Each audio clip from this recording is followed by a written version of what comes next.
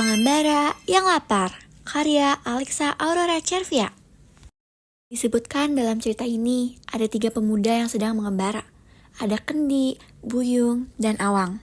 Mereka membawa bekal makanan seperti beras, daging, susu, dan buah-buahan. Mereka terus mengembara dari satu desa ke desa lainnya dan juga dari satu hutan ke hutan lainnya. Apabila mereka merasa penat berjalan, mereka berhenti sejenak dan memasak dari perbekalan dengan apa yang mereka bawa. Mereka terus dan terus berjalan. Tanpa mereka sadari, perbekalan mereka sudah habis. Dan hingga pada suatu saat, mereka bertemu dengan sebuah kampung. Di situ mereka berhenti sejenak untuk membeli perbekalan. Dan hingga pada suatu saat, mereka tiba di kawasan hutan tebal. Di hutan itu mereka tidak bertemu dusun ataupun kampung. Mereka berhenti dan beristirahat di bawah sebatang pohon ara yang rindang. Ketiga pemuda ini merasa sangat bingung. Mereka sangat kehausan dan juga mereka merasa kelaparan. Hei, sungguh, aku sangat berharap jika ada nasi kawah, aku yakin aku bisa habiskan seorang diri. Tiba-tiba Kendi mengeluh. Dia mengurut-ngurut perutnya yang lapar. Lapar. Aku menjadi berandai-randai.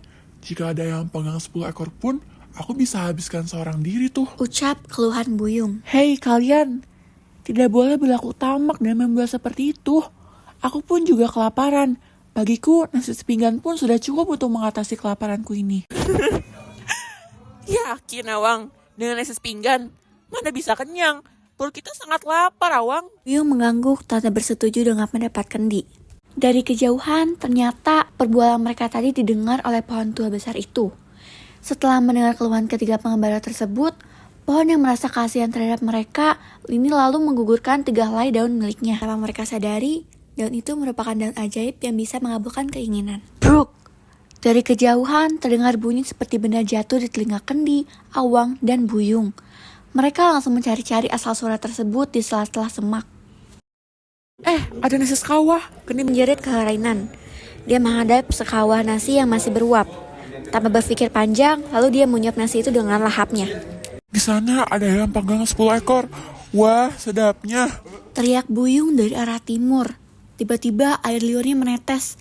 Selera makannya muncul seketika. Dengan pasti ia mengambil ayam yang paling besar, lalu memakannya dengan sangat lahap. Lalu ketika Awang melewati daun kelembak, tampak olehnya sepinggan nasi berlauk terhidang di hadapannya.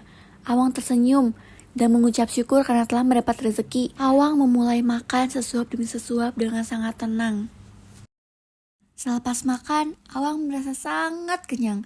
Ia kembali beristirahat di bawah pohon tua besar sambil memperhatikan teman-temannya. Kendi bersendawa, perutnya sangatlah kenyang. Nasi di dalam kawah itu masih sangat banyak. Ia tidak mampu lagi menghabiskan semua nasi tersebut. Kenapa kamu tidak habiskan kami? Tiba-tiba nasi di dalam kawah itu bertanya pada Kendi. Aku sudah kenyang, Jawab Kendi. Tapi kamu sudah berjanji untuk menghabiskan kami sekawah. tapi perutku sudah sangat kenyang. Tiba-tiba nasi itu berkumpul dan mengejar Kendi. Kawah itu menyekap kepala Kendi.